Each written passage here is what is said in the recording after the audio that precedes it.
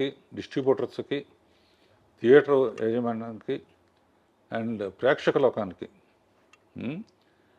వీళ్ళందరికీ మనస్ఫూర్తిగా థ్యాంక్స్ చెప్తున్నాను. వాళ్ళు లేకపోతే నా ఈ సక్సెస్కి అర్థం లేదు.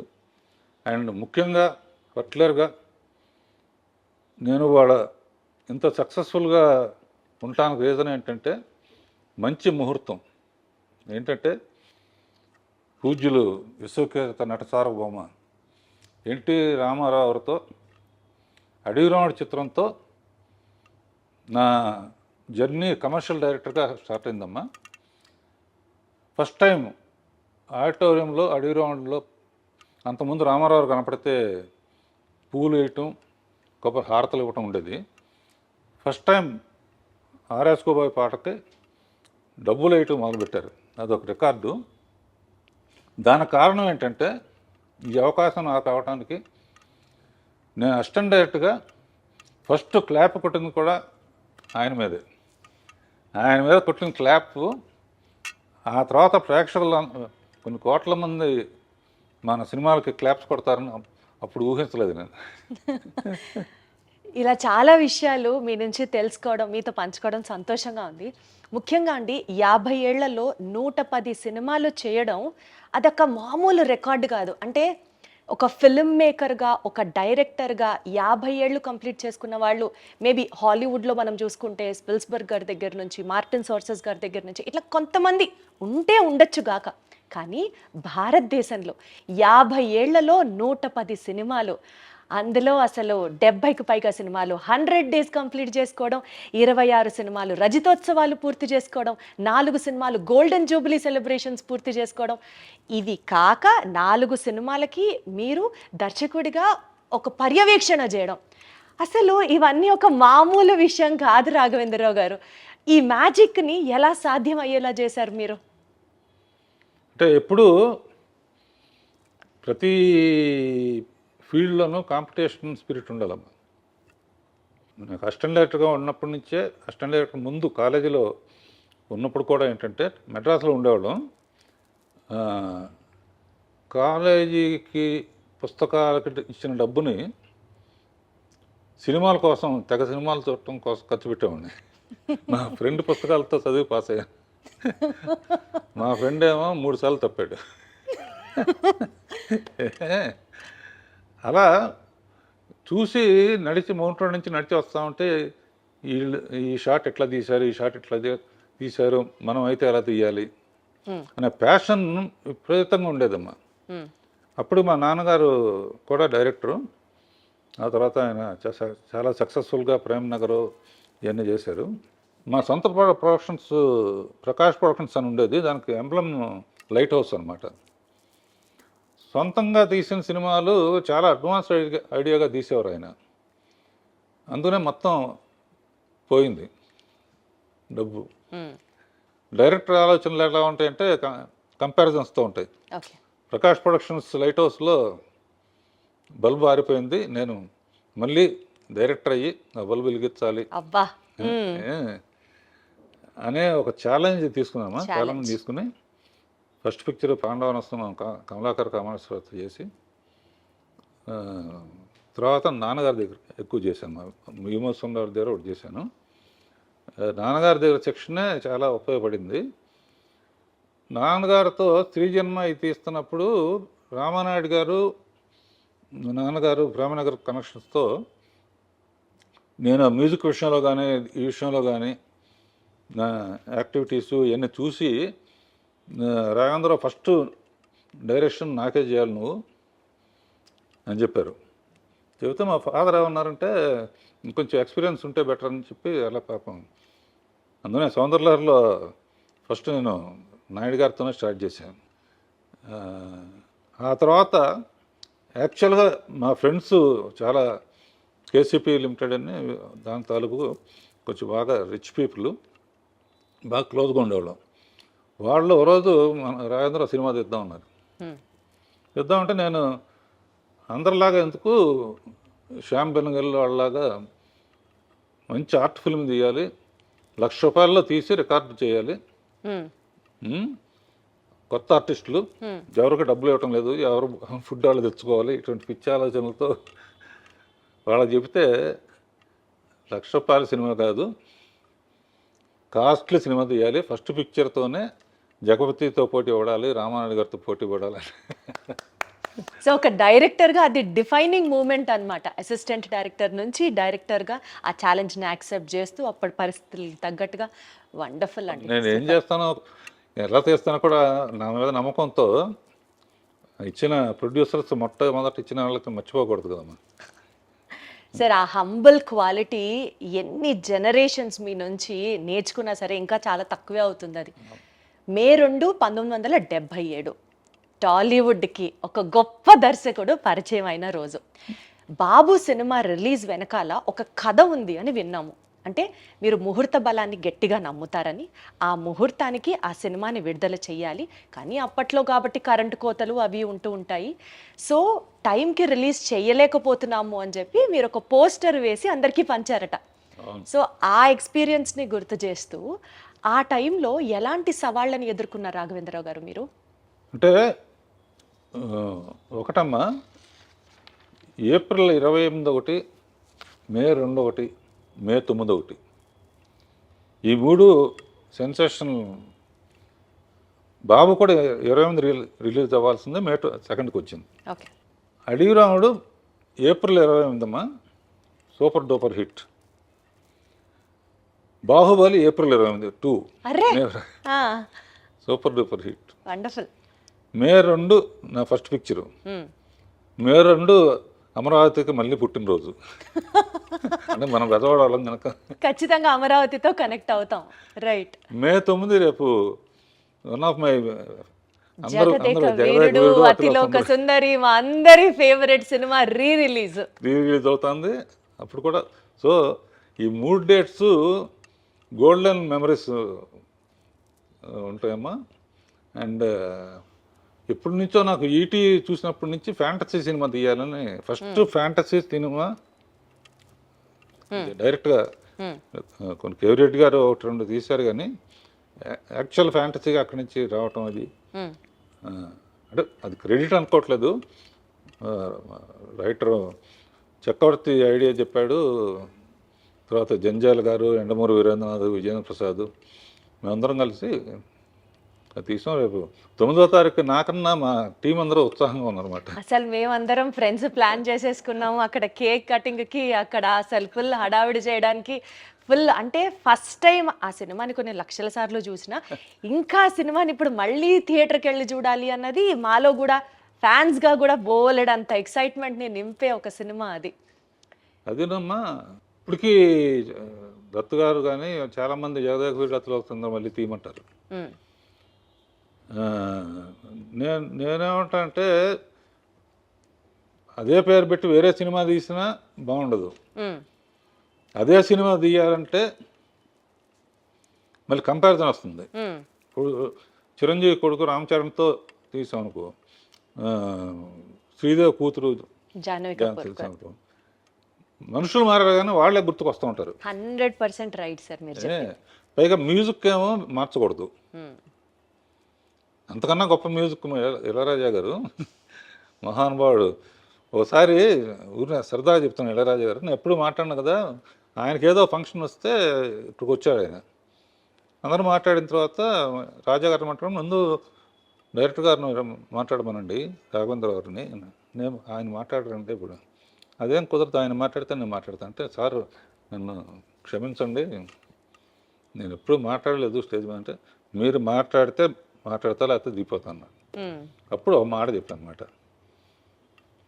ఇళయరాజా గారు జగదేక వీరుడు అయితే ఆయన సంగీతం అతిలోక సుందరి అని.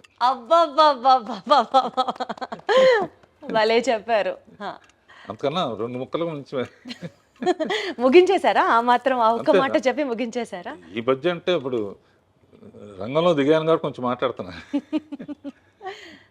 సో 1977లో బాబు సినిమా రిలీజ్ అయిన తర్వాత బాగా రికార్డ్స్, బాగా కలెక్షన్లు వచ్చాయి. అదే టైంలో ఆ స్పాన్లో కె విశ్వనాథ్ గారి జీవనజ్యోతి సినిమా రిలీజ్ అయినప్పుడు మీ సినిమా కలెక్షన్లు కొద్దిగా తగ్గాయి అని చెప్పి మీరే ఒక ఇంటర్వ్యూలో చెప్పారు. అంటే కాస్త డిసప్పాయింట్ అయ్యారు మీరు ఆ టైంలో అని చెప్పారు. సో దాని తర్వాత ఎక్స్పీరియన్స్ నా సినిమా అంటే ఇలా ఉండాలి అని ఒక స్టాండర్డ్ ఏమన్నా అనుకున్నారా మీరు? నిజంగానమ్మా నాకు విశ్వనాథ్ గారి పిక్చరు, బాపు గారి పిక్చర్ అంటే చాలా ఇష్టం. మొదట్లో అసిస్టెంట్ డైరెక్టర్ కొన్నప్పుడు ఆదర్ సుబ్బారావు పిక్చర్లు సాంగ్స్ టేకింగ్లో నా సినిమా బాగుంది 50 డేస్ వరకు బాగా ఆడుతుంది. ఈ లోపల జీవన్ జ్యోతి రిలీజ్ అయింది. నేను యాజ్ విశ్వనాథ్ గారి ఫ్యాన్ లాగా ఆ సినిమాకి వెళ్ళాను. ఎప్పుడైతే వాణిశ్రీతో ఆ సెంటిమెంటల్ పార్ట్ వచ్చిందో zoo zoo zoo zoo zoo zoo zoo zoo zoo zoo అని పాట ఉంటుంది. ఆ పాట రాగానే ఒకటే అనుకున్నా, మన థియేటర్లో ఈ ఒక్క పాట కోసం మన థియేటర్లో వాళ్ళందరూ కూడా జూ జూ జూ అంటే విశ్వనాథ్ గారి థియేటర్కి వెళ్ళిపోతారు అని స్పోర్టివ్గా తీసుకున్నామ్మా. తీసుకుని ఆయనతో కూడా నేను షేర్ చేసుకున్నా. ఎందుకంటే అప్పటి నుంచి ఆయన అసలు ఫ్యామిలీను ఇళ్ళు ఇయ్యే తప్ప నేనే కులుమన వెళ్ళి అక్కడికి వెళ్ళి ఇక్కడికి వెళ్ళి ఆయనలాగా తీయాలనుకునేవాడు. కానీ మళ్ళీ నెక్స్ట్ పిక్చర్కి మళ్ళీ కాశ్మీర్ అని ఇదని అదని రెస్పాన్సిబిలిటీ అంటే ఆడియన్స్కి చాలా రోజులు రాజమౌళి కూడా ఫాలో అయ్యాడు. ఒక పెద్ద పిక్చర్ తీస్తే నెక్స్ట్ చిన్న పిక్చర్ తీసేవాడిని. అవును. బాబు తర్వాత జ్యోతి తీశాను, అడవి రాముడి తర్వాత కల్పన తీశాను. అచ్చా. అట్లా పెద్ద సినిమాలని చిన్న సినిమాలని రెండు బ్యాలెన్స్ చేయడం మీ స్కిల్. జయసుధ ఇట్లా చేసుకుంటా ఉంటే అడ్వాంటేజ్ ఏంటంటే చాలా రోజులు రాజమౌళి ఫాలో అయ్యాడు. కానీ వన్స్ మగధీరాను బాహుబలి అయిన తర్వాత ఇక అతని చేతుల్లో లేదు. తెచ్చినట్టు ఇంకా పెద్ద సినిమా తీయాల్సింది. అంటే ప్రత్యేకంగా దాని వెనకాల రీజన్ ఏంటి? ఒక పెద్ద సినిమా, ఒక చిన్న సినిమా. అంటే చిన్న సినిమా అప్పుడు రాఘవేంద్రరావు సినిమా అంటారు, పెద్ద సినిమా అన్నప్పుడు ఆ పేరు ఉంటుంది.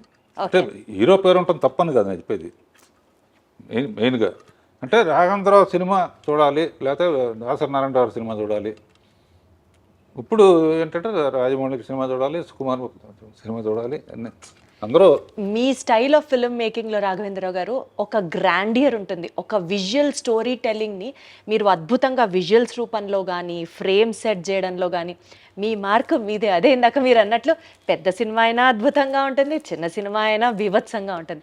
ఆ ఎక్స్పర్టైజ్ మీకు సాధ్యం అంతే. నేను నిన్న క్వశ్చన్ అడుగుతాను. జ్యోతి తీశాను, దేవత తీశాను, బొబ్బులి బ్రహ్మను తీశాను, అన్నమయ్య తీశాను, తర్వాత ఇక ఫ్యామిలీ డ్రామాలు చాలా తీశాను, చాలా ఎమోషనల్ సబ్జెక్టులు అన్నీ. ఇన్ని సినిమాలు తీసి దాని గురించి మాట్లాడితే రాఘవేంద్ర పాటలు బాగా తీస్తారంటారు. కారణం ఏంటి నువ్వు చెప్పాలి. అడు చూపిస్తావా? అలా అని కాదు, బట్ అంటే అదే నేను చెప్తున్నాను కదా, ఏ ఫ్రేమ్కి ఆ ఫ్రేమ్ స్పెసిఫిసిటీ ఉన్నా light travels faster than sound అంటారు కదా. సో కొన్ని సీన్స్, కొన్ని సాంగ్స్ ఎస్పెషల్లీ మీరు సాంగ్స్లో యూజ్ చేసే కొన్ని ప్రాపర్టీస్ అట్లా నిలబడిపోతాయి అంతే. అది వేరే లెవెల్ అంతే. అంటే అది మెయిన్ తెలివితేటలను డామినేట్ చేసి అంటే ఇంకా మా మైండ్ని డైవర్ట్ చేసేసి మీరు చూపించే ఆబ్జెక్ట్స్, ఎస్పెషల్లీ ఫ్రూట్స్ యూసేజ్ కానీ, ఎస్పెషల్లీ ఫ్లవర్స్ యూసేజ్ కానీ మీ తర్వాతే అంతే, ఇంకా అందులో తిరుగులేదు. పూజ్యులు వెంకయ్యనాయుడు గారు కూడా ఎప్పుడైనా స్టేజ్ మీద స్వర్ణ భారత్ అనే అవును ఒక ట్రస్ట్ నడుపుతున్నారు. బాగా చాలాసార్లు వెళ్ళాను, బాగా నడుపుతున్నారు, బ్రహ్మాండంగా ఉంటుందని.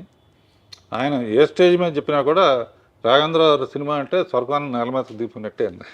అసలు ఒక హీరోయిన్ని ఇంత అందంగా మరి ఏ దర్శకుడు చూపించలేనంత విధంగా ఆవిడ ఎంట్రీ కానీ, మీరిచ్చే ఆ షార్ట్స్, ఆ పూలు మధ్యలో అసలు వేరే లెవెల్. రాఘవేంద్రరావు గారు అదృష్టం చేసుకొని ఉండాలంతే ఆ సినిమాలో, మీ సినిమాలో నటించాలన్నా, ఒక చిన్న భాగం అవ్వాలన్నా. నువ్వు కూడా చేద్దు కానీ ఎప్పుడైనా. ఆహా తదాస్తు. ఇది ఎప్పుడో అవుతుంది, నెరవేరాలని కోరుకుంటున్నాను నేను కూడా. అంటే ఇందాక మీరు చెప్పినట్లు ఆ జీవన్ జ్యోతి సినిమా హాల్లోంచి చూసి మీరు బయటకు వస్తూ ఉన్న తర్వాత మేబీ అదే మీ స్ఫూర్తేమో. లేడీ ఓరియంటెడ్ సినిమాలు జ్యోతి, ఆమె కథ, అమరదీపం ఇట్లాంటివి మీరు చేసినప్పుడు అప్పట్లోనే లేడీ ఆడియన్స్ని, ఫ్యామిలీ ఆడియన్స్ని కూడా టార్గెట్ చేయాలి అని అనిపించిందా మీకు? ఒక స్ట్రెచ్లో ఆ సినిమాలు తీసుకుంటూ వచ్చారు. అట్లా అనిపించే ప్లాన్ చేశానమ్మా. ఎందుకంటే జ్యోతి అయిన తర్వాత చాలామంది నాకు అన్నీ అటువంటివి ఆఫర్ చేశారు. ఆఫర్ చేస్తే నేను తొందరపడి అటు వెళ్తే ఇప్పుడు సంచి పుచ్చుకుని ఇది ఇంటర్నేషనల్ ఫిల్మ్ ఫెస్టివల్ చుట్టూ తిరిగేవాడిని. వెయిట్ చేశాను కాబట్టి అడవి రాముడు వచ్చింది. అదే కదా అసలు ఆ సినిమా కలెక్షన్లు రాఘవేంద్రరావు గారు అప్పట్లోనే 4 కోట్లు, ఇవాళ రోజున 5,000 కోట్లతో సుమారుగా అప్రాక్సిమేట్గా సమానం. అవును, జనాభా లెక్క ప్రకారంగానే బాబోయ్, అసలు ఆ రోజులో 4 కోట్లు వసూలు చేసింది అడవి రాముడు ఫస్ట్లో. అంటే లేడీ ఓరియంటెడ్ సినిమాలు, ఫ్యామిలీ సినిమాలు చేసే మీకు అప్పట్లో ఒక మాస్, ఒక కమర్షియల్ సినిమాని తీయాలి, అప్పటి లెజెండరీ యాక్టర్ ఎన్టీఆర్ గారితో మీరు చేయడం అనేది, ఆ డెసిషన్ తీసుకోవడానికి మీకు ఇన్స్పిరేషన్ ఏంటి? అసలు ఆయన ఒప్పుకున్నాడు నా డైరెక్షను అని తెలియగానే ఇక ఆయన సినిమాలు మళ్ళీ ఒకసారి బెదవాడ వెళ్ళిపోయి ఒకసారి రిలీజ్ అయ్యాయి కదమ్మా, ఆయన సినిమాలను చూశాను. ఆయన కనపడితేనే పూలు వేయటం లేకపోతే హారతలు వేయటం చేస్తారు. నడిచి వస్తేనే అలా చేస్తున్నారు. ఏనుగు మీద వస్తే ఎలా ఉంటుంది అని ఏనుగు మీద, అవును, గజారోహణం ఏదో అంటారుగా. ఏనుగు మీద వస్తే, ఏనుగు మీద రావాలంటే అడవికి వెళ్ళాలి. అడవికి వెళ్ళాలంటే వాడు టార్జాన్ అయి ఉండాలి. టార్జాన్కి సూట్ అవ్వదు. అప్పుడు ఏం చేయాలని ఆలోచించి ఎప్పుడు ఫారెస్ట్ ఆఫీసరు విలన్స్ కుమ్మక్కవుతారు. ఈ సిన్సియర్ ఆఫీసర్గా ముందే ఆఫీసర్గా వెళ్తే డ్యూయట్లకి రొమాన్స్కి ఛాన్స్ ఉండదు. ఎన్ని ఆలోచించారు అసలు. అందునే ఫస్ట్ ఎన్ని స్టడీ చేయడానికని మామూలు మనిషిగా వచ్చి అక్కడున్న ట్రైబల్స్ని వాళ్ళ వలన గొప్పతనం చెబుతూ కొన్ని రోజులు అయిన తర్వాత నాకు భయం వేస్తున్నాను. అప్పటికి రామారావు కృష్ణుడి ఫోటోలు కానీ రాముడి ఫోటోలు కానీ ఇళ్లలో పెట్టుకునేవాళ్ళు. ఈ పిక్చర్ మనకు ఆడకపోతే ఇక మన కెరీర్ ఏమైపోతుందన్న టెన్షన్తో కృషి ఉంటే మనుషులు దృష్టిలో అవుతారనే పాట క్రియేట్ చేసి మీరేం తక్కువ వాళ్ళు కాదు అని చెప్పి గొప్ప గొప్ప అని చెప్పి ఏకలవ్యుడు, వాల్మీకి, రాముడిది నా కోరిక ఏంటంటే ఈ సినిమా ఆడితే సంతోషం, ఆడకపోతే మళ్ళీ ఆయన్ని చూసేది కాదు. సరే, రాముడు ఎట్లా ఉంటాడో మనకు తెలియదు, ఆయనలాగానే ఉంటాడు. చాలామంది అంటారు నిజంగా రాముడు ప్రత్యక్షమైనా కూడా నువ్వు కాదులే అంటారు. అంత బ్రాండ్ ఉంది దానికి, కృష్ణుడు కానీ రాముడు కానీ. నా కోరిక ఏంటంటే లాస్ట్ షాట్ రాముడుగా చూడాలని మనసులో అనుకుని ఆ షాట్ లాస్ట్లో తీసి ఆ శబరి చేసే యాక్షన్ యాక్ట్ చేసి చూపించి కాళ్ళకి నమస్కారం. జన్మదినమైంది అనుకున్నాను. ఆయన కారు ఎత్తెత్తు ఫస్ట్ టైం అవుట్డోర్కి వచ్చారమ్మా ఆయన. అంతకుముందు అంతా గిండి ఊరి అటు వచ్చేవారు కాదు. It is green memory in my life brother అన్నారు. అట్లా నన్ను చాలా ప్రేమగా చూసుకున్నారు. తర్వాత ఆయనతో 12 సినిమాలు చేశాను. 12లో 9-10 హిట్లే. అసలు హిట్ కాందేది సార్. తర్వాత చిరంజీవితో 14 తీశాను. 14 సినిమాలు చిరంజీవి గారితో. సో నా అదృష్టం ఏంటంటే 3 తరాలతో చేశానమ్మా. అవును సార్. రామారావు, బాలకృష్ణ, మళ్ళీ తారకరత్న, మళ్ళీ నాగేశ్వరరావు, నాగార్జున, సుమంత్, కృష్ణ, మహేష్ బాబు, సోమన్ బాబు కొడుకు రాలేదు కానీ తర్వాత శ్రీకాంత్ కొడుకుతో కూడా మళ్ళీ అసలు ఇంట్రడ్యూస్ చేసిందే మీరు. సూపర్ అసలు. అలా ఇది ఆల్ డెస్టినీ అమ్మా, నేను ప్లాన్ చేసింది కాదు. People are really blessed to work with you sir. నా అదృష్టం ఏంటంటే ఇంతవరకు ఏ హీరో కూడా నా డైరెక్షన్ అంటే ఆయన వద్దులేండి అనలా. ఎవరు సార్ అనేది ఆ మాట? ఎలా సార్ అంటారు ఆ మాట? నారాయణరావు నాది చాలా మంచి కాంబినేషన్ అమ్మా. నేను మాట్లాడను కాబట్టి నా తరఫున ఆయన మాట్లాడేవాడు స్టేజ్ మీద. ఆయన పిక్చర్ ఒకటి ఆడితే నేను పోటీగా ఇంకో పిక్చర్, నాకు పోటీగా ఆయన ఇంకో పిక్చర్, ఇట్లా చాలా ఫ్రెండ్లీ వాతావరణంలో జరిగిందమ్మా. అప్పట్లో ఈ ఇండస్ట్రీ ఎలా ఉండేది సార్? అంటే సినిమా మార్కెటింగ్ పరంగా కావచ్చు, టాప్ హీరోస్‌ని సినిమాలు చేయడానికి కన్విన్స్ చేసే విధానం కావచ్చు, మీ డైరెక్టర్స్ మధ్యలో ఉండే ఆ పోటీతత్వం కావచ్చు. అంటే ఎలా ప్లాన్ చేసేవారు మీరు అప్పటి ఆ స్ట్రెస్‌ని, కాంపిటీషన్‌ని హ్యాండిల్ చేయడానికి? ఇప్పుడు రామారావు కానీ లేకపోతే వీళ్ళకి కానీ వాళ్ళకి కానీ గంటలు గంటలు కథ చెప్పేవాళ్ళం కదమ్మా. చెప్పేవాళ్ళు కాదు. అంతకుముందు వాళ్ళు ఏం చేశారు, మనం ఈసారి కొత్త డిఫరెంట్ ఏంటి, ఓ 20 మినిట్స్ 30 మినిట్స్లో లైన్ ఓహో! ఓకే అయిపోయిందమ్మా. హ్మ్. లేకపోతే ఇంకోటి చూడండి అంటే అంతే. ఓకే. ఆ తర్వాత ప్రొడ్యూసర్స్ కూడా చాలా మంచి ప్రొడ్యూసర్సు. హ్మ్. నాకు ఎంతసేపు ఏంటంటే ప్రొడ్యూసరు 100% నష్టపోకూడదు, రెస్పాన్సిబిలిటీ. రెస్పాన్సిబిలిటీ. ఎందుకంటే వాళ్ళు ఆ, వడ్డీలు తెచ్చి ఇది చేసి అది చేసి 100% సక్సెస్ అవ్వాలి అనే స్పిరిట్తో ఉండేది. అందులోనే మ్యాక్సిమం అడిగిన వాడు 38 డేస్లో తీసామమ్మా. అంతేనా? 38 రోజుల సినిమా అయిపోయింది. జ్యోతి 28 రోజులు. అర్రే! ఏదైనా కూడా 40-45 రోజులమ్మా. మాక్సిమం. ఆ తర్వాత ఈ జిమ్మి జిప్పులు ఇవన్నీ వచ్చిన తర్వాత కొంచెం అప్పుడైనా కూడా నేను 70 రోజులు దాటలా, 60-70 రోజులు. అలా ఒక పక్కన తెలుగు, ఒక పక్కన హిందీ. ఊరికి మనగాడు తెలుగులో కృష్ణతో పెద్ద సూపర్ హిట్ మా. అది చూసి జితేంద్ర మా హిందీలో తీద్దామని. అప్పుడు ఏంటంటే 16 ఏళ్ళ వయసు తెలుగులో హిట్ అయింది, హిందీలో శ్రీదేవి చేస్తే ఆడల. అయినా కూడా జితేంద్ర శ్రీదేవిని పెడదామంటే ఓకే అన్నాడు. లేకపోతే అమ్మాయికి అట్లా మన సౌందర్య ఇంటర్వ్యూలో కూడా అమ్మాయి చెప్పింది అసలు.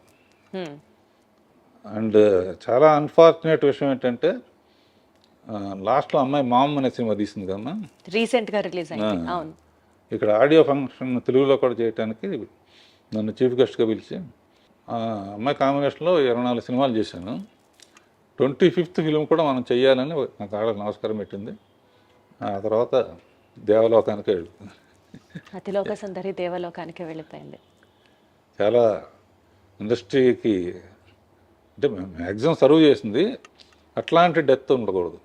అవును సార్, అవును సార్. ఇందాక మీరు చెప్పినట్లుగా శ్రీదేవి గారితో 24 సినిమాలు చేశారు, 11 సినిమాలు ఎన్టీఆర్ గారితో చేశారు, 14 సినిమాలు చిరంజీవి గారితో చేశారు. అసలు ఇట్లా చెప్పుకుంటూ పోతే ఏఎన్ఆర్ గారితో, శోభన్ బాబు గారితో, కృష్ణరాజు గారితో ఇట్లా చాలా సినిమాలు చేశారు కదా.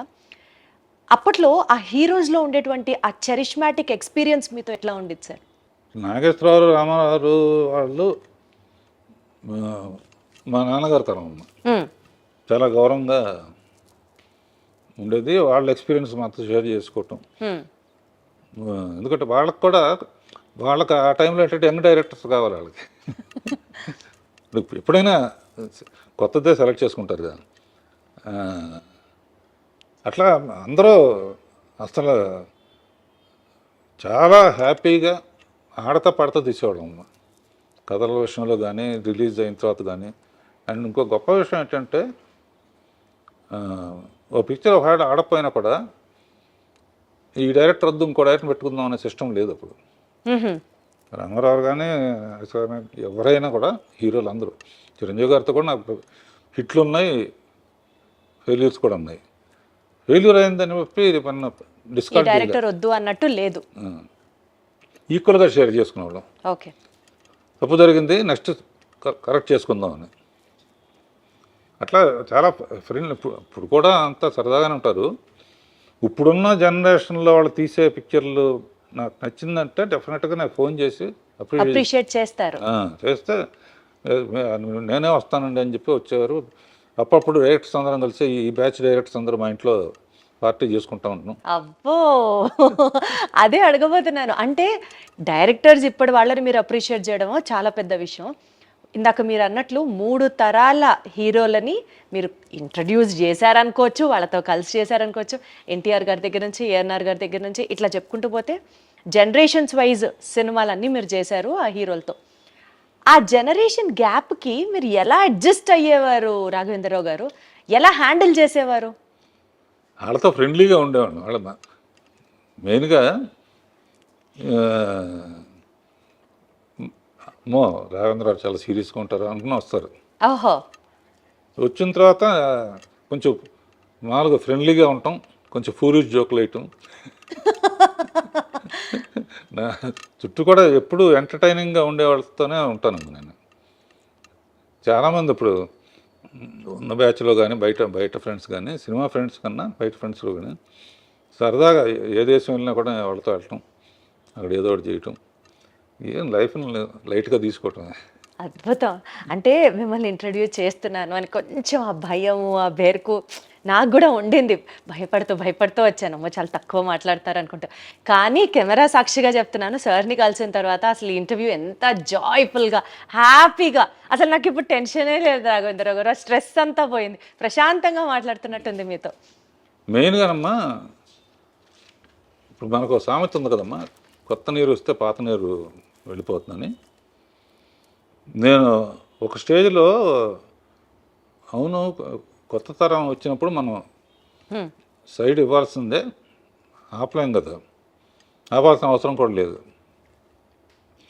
మనకు డైరెక్షన్ తప్ప ఇంకేం తెలియదు. హ్మ్. బిఏకి పెద్ద ఉద్యోగం రాదు. నెక్స్ట్ తెలిసింది ఏంటి అని ఆలోచిస్తే డ్రైవింగ్ తెలుసు.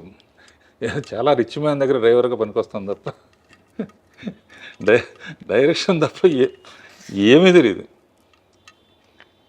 అప్పుడు ఆలోచించి అప్పుడే రామోజీరావు ఈటీవీ అన్నీ పెట్టారు.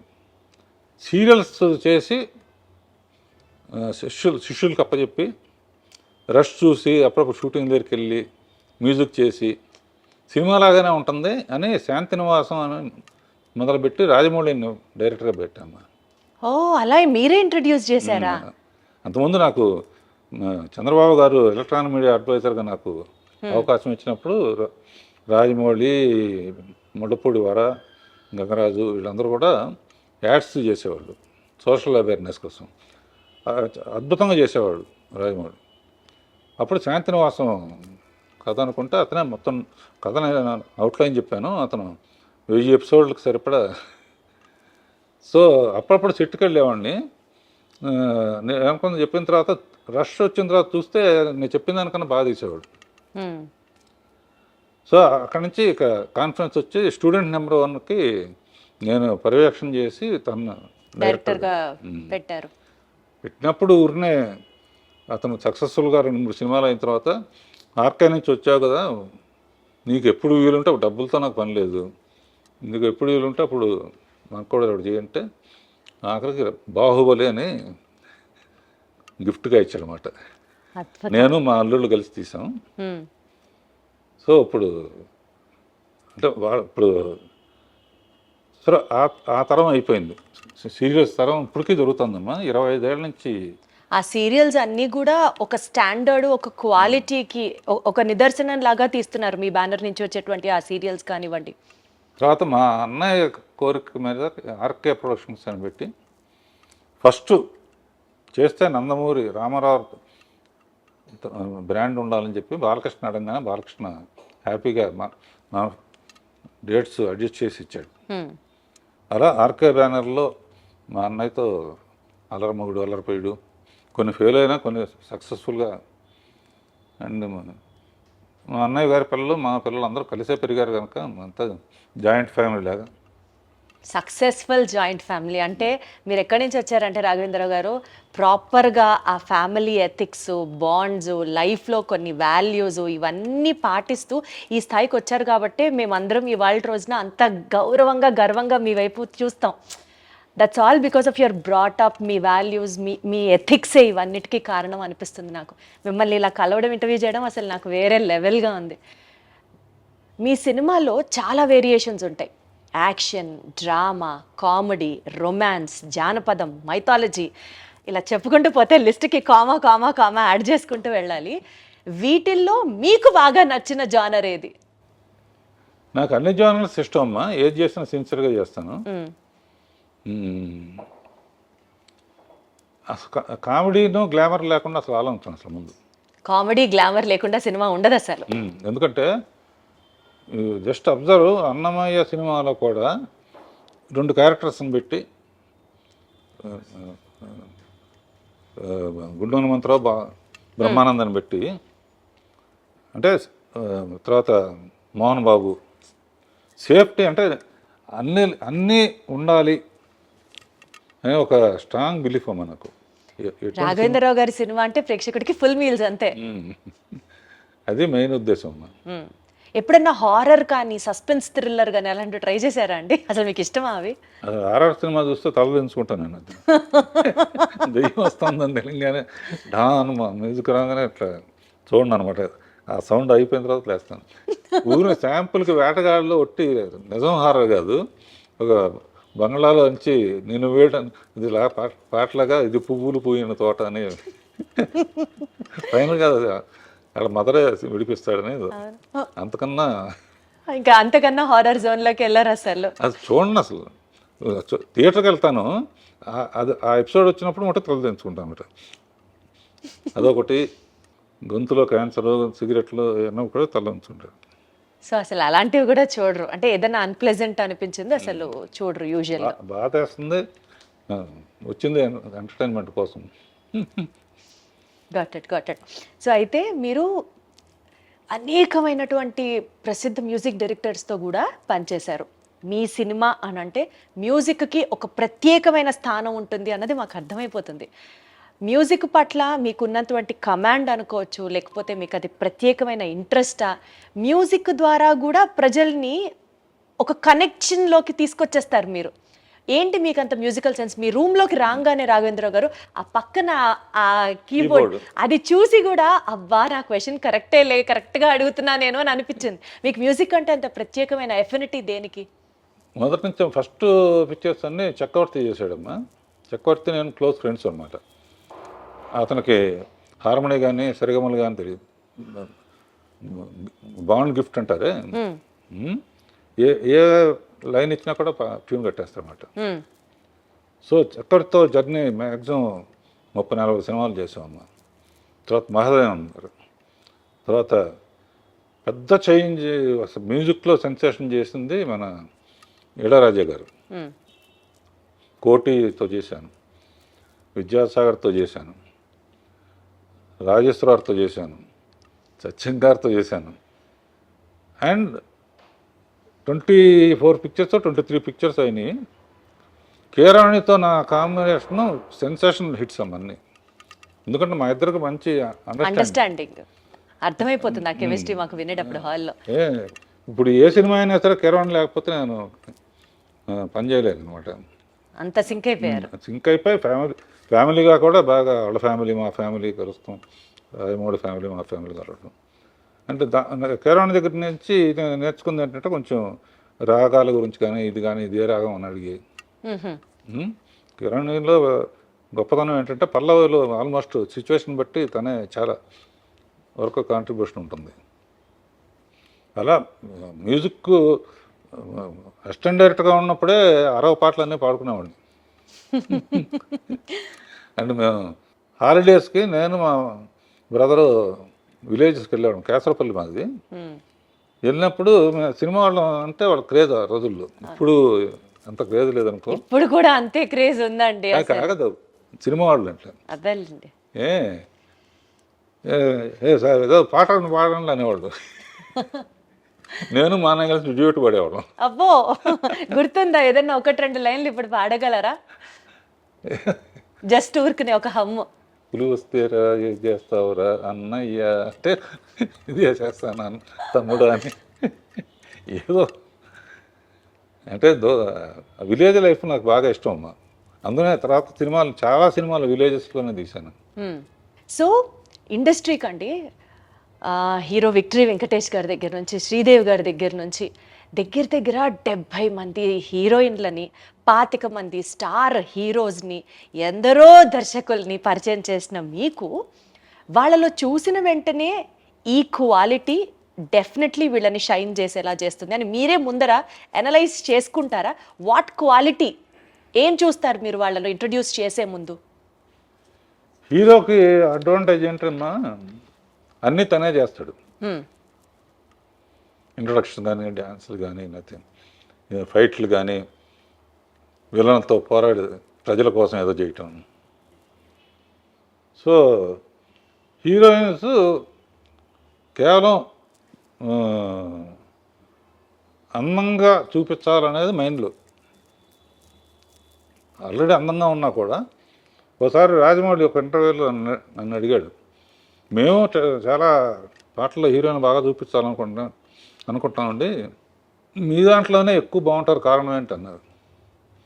అంటే నేను ఏమన్నా అంటే హీరోయిన్ రాగానే ఫేస్ ఎంక చూడండి నేను అసలు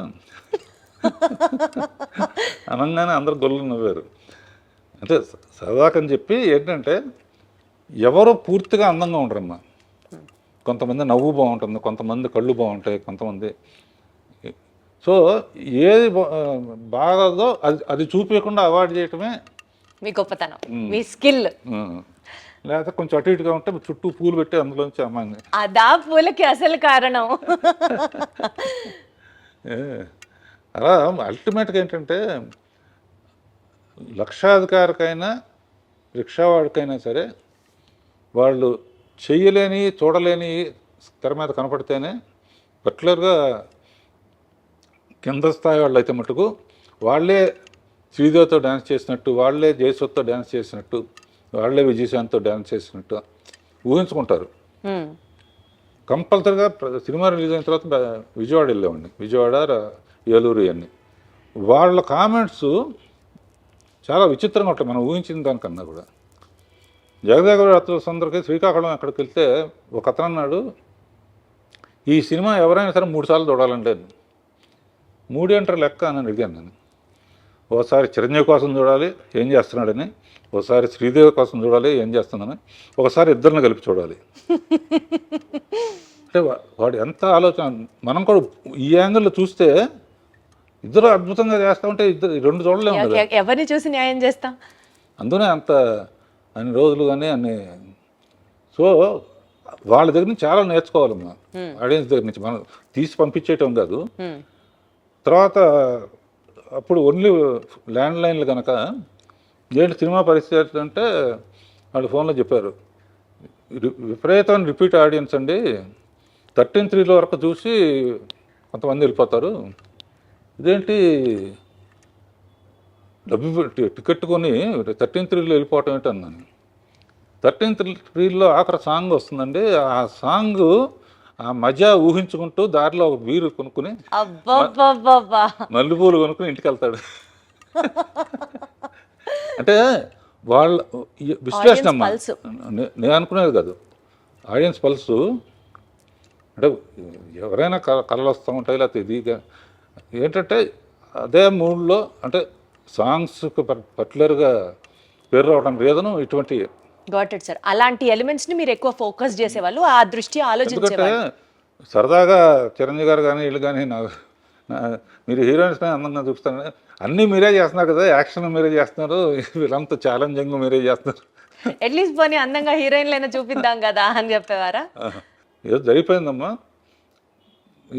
ఇదంతా కూడా నేను ఏమనుకుంటానంటే మా అమ్మ నాన్నల, మా అమ్మకి ఎక్కువ పూజలు, ప్రతి నెల ఒక జ్యోతిష్కుడి దగ్గరికి వెళ్ళి ఏంటి మా చిన్నాడు సంగతి ఏంటి, మా పెద్దాడి సంగతి ఏంటి.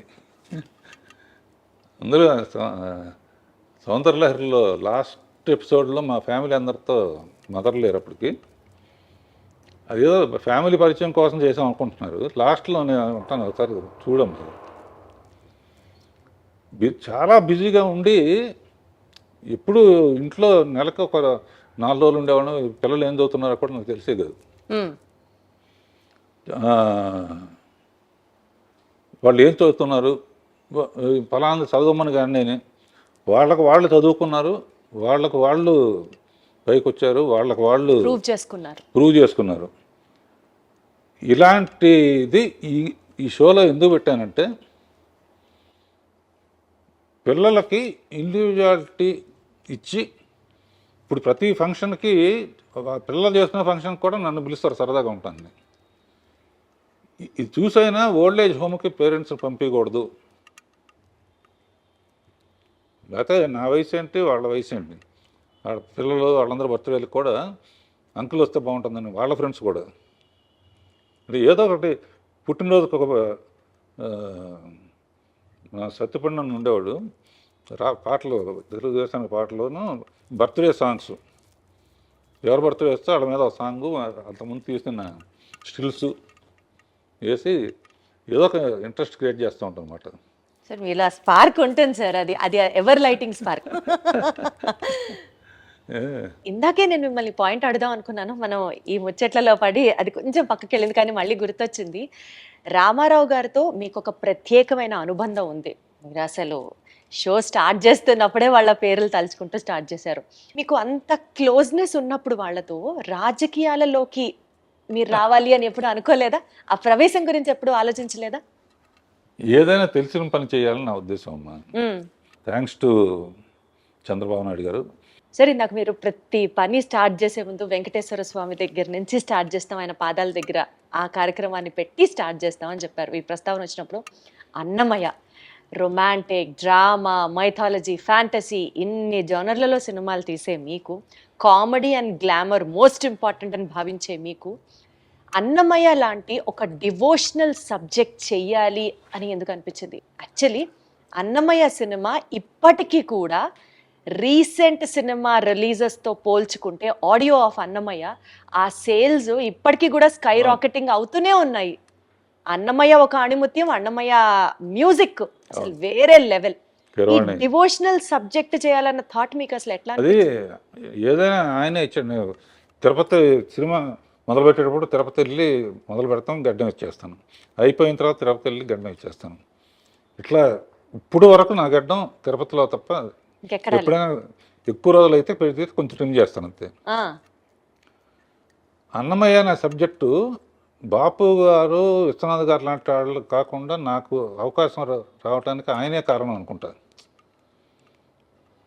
స్వామే పంపించుంటాడు, స్వామే అడగకుండా అన్నమయ్య ఇచ్చాడు.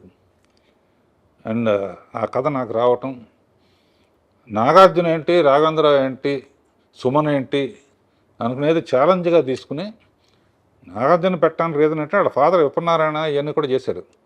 అది కాకుండా ఇది చూడాలంటే మామూలుగా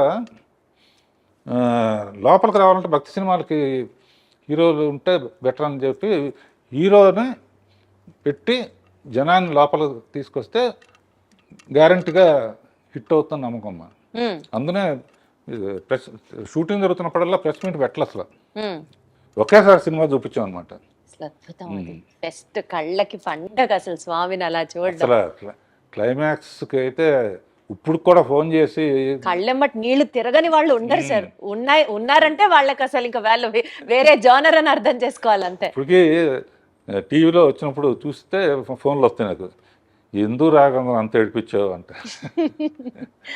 నాకు కూడా అది రామదాసు నిజంగా స్వామి మీ చేత జయించారు అన్నట్టుగా భావించారు. చిరంజీవి గారు, వెంకటేష్ వీళ్ళందరూ కూడా ఎన్ని సినిమాలు చేసి లాభంగా ఒక అన్నమయ్య చాలు అంటాను. అండ్ మనం బాధ్యతగా తీసుకుని ఇంట్రడ్యూస్ చేసిన వెంకటేష్ కానీ, మహేష్ బాబు కానీ, అల్లు అర్జున్ కానీ వీళ్ళందరూ వాళ్ళ టాప్ పొజిషన్లో ఉన్నందుకు అంతకన్నా మనకేం కావాలి? సార్థకం సార్, అసలు జన్మ సార్థకం అంతే. మీతో పనిచేయడమే మహాభాగ్యం. అలాంటిది ఇంట్రడ్యూస్ చేసి వాళ్ళందరూ టాప్ పొజిషన్లో ఉండడానికి కారణం మీరే అని అంటే మాత్రం అసలు ఇంత కంటెంట్మెంట్. సరే, ఇప్పుడు పెద్ద సినిమాల్ని అంటే 70mm స్క్రీన్ ఫిల్మ్స్ని, బిగ్ సినిమాస్ని మీరు షూట్ చేశారు, మీరు హ్యాండిల్ చేశారు.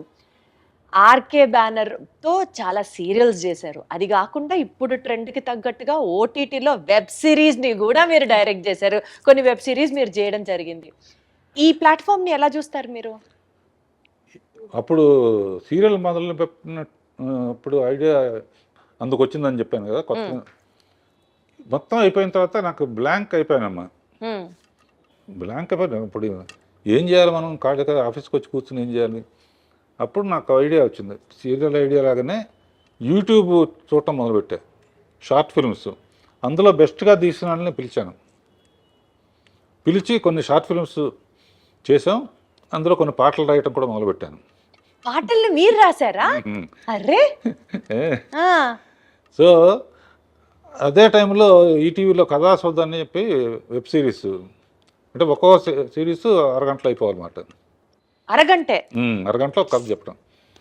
అవి ఇప్పుడు శిష్యులను పెట్టేసి నేను అప్పుడప్పుడు సెటిల్కి వెళ్ళి స్టోరీ డిస్కషన్, మ్యూజిక్. సో ఇప్పటికీ మీరు అవి హ్యాండిల్ చేస్తున్నారు, పర్యవేక్షిస్తున్నారు. మన సండే వస్తుంది. ఇప్పుడు లైఫ్ పార్ట్నర్ అని ఒకటి తీశాను, లవ్ యూ నానమ్మ అని ఒకటి తీశాను, సుందరంగాడి ప్రేమ కథ అని ఒకటి తీశాను. ఏవి అలనాటి ముద్దులని రాబోతోంది అనమాట ఇది. ఇందుగలడందు లేడన్న సందేహము వలదు, మా రాఘవేంద్రరావు గారు అన్ని ప్లాట్ఫామ్స్ లో ఆయన ఉన్నాను అని ప్రూవ్ చేస్తారు. అద్భుతం అసలు. అది కాకుండా ఈ కుర్రాళ్ళందరినీ అయిపోయిన తర్వాత ఈవినింగ్ 4:30 నుంచి 6 వరకు వెళ్ళి పికిల్ బాల్ ఆడతాం అనమాట. మళ్ళీ వాళ్ళతో కలిసి అర్రే రే రే రే. వీడు కొంతమంది ఆ తర్వాత కీబోర్డ్ అన్నావు కిందాక మా అమ్మాయి చెప్పింది, ఖాళీగా ఉంటుంది కీబోర్డ్ నేర్చుకోవచ్చు కదా అని. నేర్చుకుంటున్నారా? నేర్చుకుంటున్నారు. అయ్యమ్మా బాబోయ్, మీ ఫిట్నెస్ సీక్రెట్ ఏంటి రాఘవేంద్రరావు గారు? ఎప్పుడు ఆ స్మైల్, ఇన్ని యాక్టివిటీస్, చాలా జోష్ఫుల్గా ఉండడం, సరదాగా ఉండడం. అసలు మీ ఫిట్నెస్ సీక్రెట్ చెప్పండి, మీరు ఏం తింటారు చెప్పండి.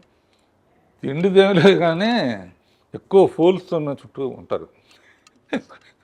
మరి హార్వర్డ్ యూనివర్సిటీ, ఇది జేసీ మిల్లర్, ఇటువంటివన్నీ ఎత్తుపండని లేకపోతే ఈడని ఆడని ఊరిని జోకులు వేసుకుంటూ నవ్వటం చాలా ఇష్టం నాకు, నవ్వించటం కానీ. అందుకనే భరణీను బ్రహ్మానందం వీళ్ళు కొంచెం పొయిటిక్ ఇది ఉందన్నమాట. నేను 2-3 కొటేషన్స్ అందరూ రాస్తున్నాక మనం ఎందుకు రాయకూడదని చెప్పి అందులో కూడా మనం అనుకున్నవన్నీ జరిగి ఉంటే ఇప్పుడు జరిగినవన్నీ మనం అనుకున్నవి కావు. మనం అనుకున్నవన్నీ జరుగుంటే ఇప్పుడు జరిగినవన్నీ మనం అనుకున్నవి కావు. నువ్వు అంతేగా అంతేగా అంతేగా. అది కాకుండా లైఫ్ని ఇంత లైట్గా తీసుకుంటేనే సీరియస్గా ఉంది, సీరియస్గా తీసుకుంటే ఎలా ఉంటుందని. అదొకటి నాకు చాలా ఇష్టమైంది. అది మెయిన్ అనమాట. లైఫ్ని ఎంత ఇది వచ్చినా కూడా దాన్ని వెల్కమ్ చేయటం, జోకులు వేసుకుని రే పోయిందిరా సినిమా పోయింది రా. అసలు సో మీకు ఏది ఆ బాధ కానీ ఆ ఫ్రస్ట్రేషన్ కానీ మిమ్మల్ని అసలు టచ్ చేయవు అన్నమాట. అయితే ఇంట్లో కూడా అంతే. మెడిటేషన్ చేస్తారా దానికోసం ప్రత్యేకంగా? అదొకటి ఉంది, మర్చిపోయాను. పొద్దునే ఓ రోజు స్విమ్మింగ్ పూల్, ఓ రోజు పిలాటే, ఓ రోజు స్ట్రెచ్చింగ్ ఎక్సర్సైజ్, ఈవినింగ్ యోగా నిద్ర మెడిటేషన్. ప్రతిరోజు పికిల్ బాల్ అవగానే స్నానం చేసి 40 minutes మెడిటేషన్. సో టైముని అలా విభజించుకుంటా. పని లేకపోతే నాకు ఏదో చెయ్యికి అలా ఆడదంటారే. అందుకనే మీరు ఆ 16th year దగ్గర ఆగిపోయారు రాఘవేంద్రరావు గారు. ఇంకా అసలు ఏజ్ ముందుకి రాలేదు అంతే. హ్యాపీగా ఎప్పుడు సరదాగా ఉంటాం. ఈ వాళ్ళ దగ్గర నుంచి నేను నేర్చుకుంటున్నానమ్మా, నా దగ్గర నుంచి వాళ్ళు నేర్చుకుంటున్నారు. కొంతమంది చెప్తారు కదా, కేజీ 1200 రూపాయలు ఉండే బియ్యం తింటాం, లీటర్ 5000 రూపాయల నుంచి 10,000 రూపాయలు ఉన్న డైరెక్ట్గా హిమాలయాస్ నుంచి తెచ్చిన వాటర్ తాగుతాం, అదే మా బ్యూటీ సీక్రెట్, అదే మా ఫిట్నెస్ సీక్రెట్ అంటారు కదా. అట్లాంటి ప్రత్యేకమైన తిండ్లు మీరేం తినరా? అసలు తిండి కూడా లేదు అసలు. ఏదో ఇప్పుడు తర్వాత ఏంటంటే జనరల్గా రోజు పొద్దున పూట కూడా ఇడ్లీలు, వడలు, దోశలు తినేవాళ్ళం. ఇప్పుడు ఏంటంటే ఒట్టి నట్స్ను, ఫ్రూట్స్, మధ్యాహ్నం lunch, night only tiffin. So అదన్నమాట మీ సీక్రెట్. ఆ గ్యాప్లో చిన్న పర్సనల్ ఇంట్రెస్ట్. పర్సనల్ ఇంట్రెస్ట్ ఏంటి? ఏదో కాలక్షేపానికి కొంచెం ఒక రౌండ్ వేసుకోవటం. Such an honest, sweet and an humble answer from your end. అసలు సూపర్. ఎటు మనం ఈ విషయాలు మాట్లాడుతున్నాం కాబట్టి రాఘవేంద్ర గారు, నాకు ఇందాకటి నుంచి మిమ్మల్ని చూస్తున్నాను, మీతో మాట్లాడుతున్నాను, కానీ నా ధ్యాస అంతా మీరు షర్ట్ మీద పెట్టుకున్నటువంటి ఆ గ్రీన్ అండ్ వైట్ బ్రోచ్ మీదకి వెళ్తోంది. అసలు అది ఎంత క్యూట్గా ఉందంటే ఏంటి చెప్పండి, దాని సిగ్నిఫికెన్స్ ఏంటి, దాని బ్యూటీ ఏంటి? ఇది మా అమ్మాయిలు ఏంజల్ ఉంటే మంచిది అంటారమ్మా. ఏంజల్ ఇళ్లలో కూడా ఏంజల్ బొమ్మ పెడితే చాలా, లేకపోతే నువ్వు కూడా పెట్టుకో ఇంట్లో. ఇది పెట్టుకో అని చెప్పి మా పిల్లలు ఇచ్చారు. ఉమ్, ఇది వాళ్ళు ఇచ్చిందంటే ఇక నాకు వాళ్ళంటే నాకు ఎంత ప్రేమో ఇది అంటే అంత ప్రేమ అనమాట. దీంతో చాలామంది అడుగుతారు, ఇది ఎక్కడ పోతుందో అని చెప్పి 2-3 ఒక్కోసారి పడిపోవచ్చు కదా.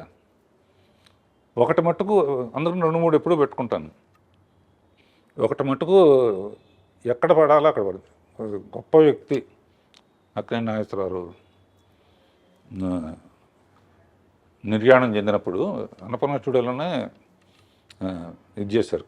ఉమ్, ఉమ్. అదే ఫైర్ లాస్ట్ రైట్స్ అన్ని అక్కడ చేశారు. నాగార్జున ఎక్కువ ఎమోషనల్ అయితే నేను వెళ్ళి గట్టిగా కావాలని చేస్తున్నాను. ఇంటికి వచ్చి చూస్తే ఇది లేదు, అందులో పడిపోయింది అనమాట. అందుకనే ఎప్పుడు సేఫ్టీకి దానికి నేను చాలా హ్యాపీగా ఫీల్ అయ్యాను. ఒక గొప్ప వ్యక్తికి ఇలా అనేక మెట్టు మీద మెట్టు. ఎల్వి ప్రసాద్ గారు అనేవారమ్మ. అంటే ఆయన సినిమాలో చైల్డ్ ఆర్టిస్ట్గా కూడా చేశాం. నేనంటే బాగా ఇష్టం ఆయనకి. రాఘవేంద్రరావు సినిమా పెద్ద హిట్ అయిందని వాళ్ళ అబ్బాయి చెప్పాడు అనుకో, రాఘవేంద్రరావు ఎంత పైకి వెళితే ఎక్కడ ఇది పడిపోకుండా చూడటం ఉండడం బాధ్యత. పడిపోకుండా చూడటం, ఎంత హైట్ వెళ్తే అంత బాధ్యత పెరుగుతుంది.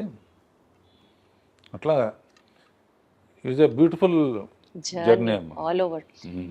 ప్రత్యేకంగా అండి సీనియర్ ఎన్టీఆర్ గారితో మీరు చేసిన ప్రతి సినిమాలో ఆడియో బ్లాక్ బస్టర్ హిట్ అంతే. చక్రవర్తి గారు మ్యూజిక్ అనుకోవచ్చు, లేకపోతే వాట్ ఎవర్ కారణాలు ఏంటో మీరే చెప్పాలి. కానీ అసలు ఆ పాటలకి మీరు దగ్గరుండి రాయించుకునేవారా, లేకపోతే ఎన్టీఆర్ గారే రాసేవారా? అసలు ఏంటి ఆ మ్యాజిక్? యాక్చువల్గా అమ్మా ఇందాక చెప్పినట్టు రామారావు పిక్చర్ రాగానే ఎట్టి పరిస్థితుల్లో సక్సెస్ చేయాలి అన్నది ఒక అప్పుడు ఏంటంటే నాగేశ్వరరావు డ్యాన్స్లు అంటే బాగా విపరీతంగా స్టెప్పులు విజిల్స్ చేసేవాళ్ళు. రామారావుకి అంత సాంగ్స్ అప్పుడు మిగతా వర్షిప్ ఉండేది, కానీ ముందు అది కూడా కవర్ చేయాలని చెప్పేసి నా బిలీఫ్ ఎప్పుడు సాంగ్ హిట్ అవ్వాలన్నా ఇది చెప్తున్నా దాని లీడ్ సీన్ బాగుండాలి. సో సాంగ్స్లో ఆయన ఫెయిల్ అవ్వకూడదు అనుకుని ఆరేసుకోబోయే పారేసుకున్నాను అనే అడవి రౌండ్ల పాట మాధవన్ గారు మ్యూజిక్.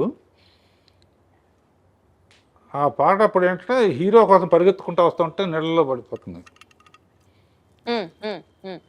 ఆయన వచ్చే లోపల ఆరేసుకోవాలని చెప్పి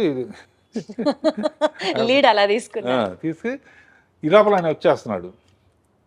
ఆడియన్స్ ఎంత మంచి వాళ్ళు అంటే వస్తామంటే చీర ఎగిరిపోయింది. చెట్టు చార వేసుకోబోయి పారేసుకున్నానంటే ఏళ్ళలో డబ్బులు అంటే టేక్ ఆఫ్ ఉంటేనమ్మా. అక్కడి నుంచి ఇక పాటల్లో కూడా ఆయన కూడా అందులో కృషి ఉంటే మనుషులు ఋషులు అవుతారులో ఎన్లైట్మెంట్ ఆఫ్ సోషల్ ఇది ఒక మోటివేషన్ సాంగ్. తర్వాత కోకిలమ్మ పెళ్ళికి అనేది, తర్వాత మేజర్ చంద్రకాంత్ పుణ్యభూమి నా దేశం పాట. అసలు మేజర్ చంద్రకాంత్లో పుణ్యభూమి నా దేశం ఎక్కడికి వెళ్ళినా సరే ఆగస్టు 15న జనవరి 26న ఈ పాట ప్లే అవ్వకుండా భారతదేశంలో ఎక్కడ ఉండదు అంతే. అదిను ఆయన అందులో కూడా అన్ని గెటప్పులు శివాజీ అల్లు సీతారామరాజు ఆయన అనేవాడు, బ్రదర్ చాలామంది చేశారు జాగ్రత్త అని. అంటే అల్లు సీతారామరాజు కట్టబొమ్మను కూడా ఇస్తాం కదా, శివాజీ గణేష్ చేశారు. కమిట్మెంట్ అంటే ఆయన గెటప్లన్నీ ఆయన గద తయారు చేసిన అన్ని డిజైన్ ఆయన వస్తాడు. ఎన్టీఆర్ గారే డిజైన్ చేసేవారా? ఆ ఇప్పుడు సాంగ్లో చూసి తెలుస్తుంది. ఘటబ్రహ్మ గెటప్ సంకెళ్ళతో మొత్తం ఇట్లా బంధిస్తుంటే దాన్ని చీల్చుకొని నడవాలి ఆయన. మన ప్రొడక్షన్ వాళ్ళు ఉంటాయి, కారులో కంఫర్టబుల్గా ఉండదని ప్రొడక్షన్ తెప్పించుకుని టిఫిన్ క్యారియర్లో నింపుతామే, అందులో ఎక్కొచ్చాడు ఆయన. ఎక్కొచ్చి ఇట్లా దిగితే అట్లా కదా ఓ బెంగళూరు ప్యాలెస్లో తీసాం, ఎవరు కట్టాలిరా పన్ను. అమ్మో ఇక ఆయన టాపిక్ సౌందర్యలో టాపిక్ వచ్చినప్పుడు నేను తట్టుకోలేక ఏడ్చేశాను. ఇప్పుడు కూడా లైట్గా మీ కళ్ళు చెమరుస్తున్నాయి, అర్థమవుతుంది. అంటే నాకు ఆయన లేకపోతే అసలు అంటే అంత బాగా చూసుకున్నారు. నేను అందుకనే చెప్తున్నాగా, ఫస్ట్ ఆయన మీద క్లాప్ కొట్టడమే నాకు నా ముహూర్తం అంటారే, గొప్ప ముహూర్తం అనమాట నా జీవితానికి. అందుకనే ఆయన దేవుడిలాగా జీవితంలో మర్చిపోలేని. అద్భుతం. మీరు అలాగా ఇప్పటికీ తలుచుకుంటూ సందర్భం వచ్చినప్పుడు అల్లా ఆయనకి కృతజ్ఞతలు చెప్పడం అంటే మీ గొప్పతనం అంతే. పాటల ప్రస్తావన వచ్చింది కాబట్టి శ్రీదేవి గారితో మీరు 24 సినిమాలు చేశారు. అసలు మీరు చేసినటువంటి హిట్ సాంగ్స్ గురించి మాట్లాడుకుంటూ వెళ్తే ఒక ఎపిసోడ్ మొత్తం దాని గురించే చేయాలి. But one of my favourites కానీ ఈ జనరేషన్లో కూడా ఈ ఇన్స్టాగ్రాము, ఫేస్బుక్, యూట్యూబ్లో రీల్స్ అని చేస్తూ ఉంటారు. ఇప్పటికీ ఎవర్ ట్రెండింగ్ సాంగ్ సిరిమల్లె పువ్వా. అసలు ఎంత బాగుంటుందో ఆ పాట. ఈ పాట వెనకాల ఉన్నటువంటి కొన్ని జ్ఞాపకాలని పంచుకోండి సార్. శ్రీదేవిది ఒక హిస్టరీ అమ్మా, ఎవరికి జరగనే. మా ఫాదర్ పిక్చర్లో చైల్డ్ ఆర్టిస్ట్, నేను అసిస్టెంట్ డైరెక్టర్. నిద్రపోతా ఉంటే షార్ట్ రెడీ అని చెప్పి ఎత్తుకుని తీసుకొచ్చి యాక్ట్ చేయించాడు. ఒకసారి కొన్ని నాకు ఇచ్చేసేవారు ఆయన, నువ్వు చేసురా అని. మౌంట్ రోడ్లో అమ్మాయి రోడ్డు దాటు అడవడిగా రావాలి. నేనేంటి మనకు ఛాన్స్ దొరికింది బాగా తీయాలని చెప్పి అప్పుడే లైట్స్ వచ్చినాయి అనమాట. నేను ఇట్లా ఊపుతాను, నువ్వు పరిగెత్తుకొచ్చే అన్నాను. లైట్లు గ్రీన్ పడింది, ఊపాను. కార్లు వస్తాయి, ఆ సెన్స్ పోయింది. అయ్యో, లక్కీగా ఆ షాట్ కూడా అందులో ఉంటుంది. జస్ట్ ఎడ్జి తగిలి పడిపోయింది. పడి అన్కాన్షియస్ అయిపోతే ఎత్తుకుని నాకు జైలు ఇవన్నీ కనపడి అనమాట. అయ్యో, ఏమవుతుందా, ఏ రిస్క్ అవుతుందా. అలా స్టార్ట్ అయ్యింది. ఆ తర్వాత పెద్దమ్మాయి అయిన తర్వాత ఫస్ట్ అటు ఇటుగా ఉన్నాయి. తమిళ్ 14-15 బాగా. సో దానికన్నా బాగా తీయాలన్న ఛాలెంజ్తో ఆ సిరిమల్లె పువ్వ పాట ఒరిజినల్లో కూడా భారతరాజు గారు చాలా బాగా తీశాడు. నేను ఇందులో నా ఇది బొప్పాస్కాయ దానికో ఏ ప్రోగ్రాంకి వెళ్ళినా కూడా కంపల్సరీగా నాకు ఆనందం ఏంటంటే, శ్రీరామనవమికి రామదాస్ పాటలు వేస్తారు, కొండ మీద అన్నమయ్య పాటలు వేస్తారు, ప్రోగ్రామ్స్లో ఆగస్ట్ 15th అంటే మేజర్ చంద్రకాంత్ పాటలు వస్తాయి. సిరిమల్లె పువ్వ అబ్బనైతేందబ్బా. అసలు ఆ పాట గురించి మీరు చెప్పద్దు. బ్లూ కలర్, నేను చిరంజీవి గారి బర్త్డే సెలబ్రేషన్స్ది ఒక ఈవెంట్ హోస్ట్ చేశాను. ఆ ఈవెంట్కి వెళ్ళేటప్పుడు నా కాస్ట్యూము శ్రీదేవి గారి కాస్ట్యూము, బ్లూ చీర, బ్లూ బ్లౌజ్, ప్లెయిన్ అనమాట. ఎగ్జాక్ట్గా అబ్బనీతి అని దెబ్బ నాకు అది కళ్ళ ముందర ఉంటుంది. నాకే కాదు, చాలా మందికి వీరాభిమానులు ఉన్నారు ఆ పాటకి. అలా పాటకి ఛాలెంజ్ అమ్మా. మా ఆపరేటర్ చేమ చెట్టు అదొకటి మర్చిపోలే. గిరవాణి లేకపోతే నేను మ్యూజిక్ చేయలేను అనే ఫీలింగ్ వచ్చేసుకున్నాను. ఈ 50 years బ్లాక్ బస్టర్ ఇయర్స్గా మాకు అందించి మీ మొత్తం ఎక్స్పర్టైజ్ కానివ్వచ్చు, మీ స్కిల్ కానివ్వచ్చు, సినీ రంగంలో మీరు పెట్టినటువంటి, మీరు చూపించినటువంటి, మీరు చేసినటువంటి సర్వీస్ మాకు బోలెడన్ని ఎక్స్పీరియన్స్ని మిగిల్చడంతో పాటు సార్, ఎంత ఎదిగినా ఒదిగి ఉండాలి అన్న ఒక నేచర్, అండ్ మోస్ట్ ఇంపార్టెంట్లీ లైఫ్ని సీరియస్గా తీసుకోకుండా సరదాగా తీసుకుంటే అంతకంటే బ్యూటీ ఇంకొకటి లేదు అన్నది చెప్తూ, రెస్పాన్సిబిలిటీతో పాటు మోస్ట్ ఇంపార్టెంట్లీ మీరు పెట్టినటువంటి హార్డ్ వర్క్ నెక్స్ట్ జనరేషన్స్కి డెఫినెట్లీ ఒక ఇన్స్పిరేషనల్ పర్సనాలిటీగా మీరు నిలుస్తారు, ఉండిపోతారు మా మనసుల్లో. మరొకసారి మీకు శుభాకాంక్షలు తెలియజేసుకుంటూ thank you so much Raghavendra garu. Thank you అమ్మా. Thank you audience. ఐ డ్రీమ్కి థ్యాంక్ యూ.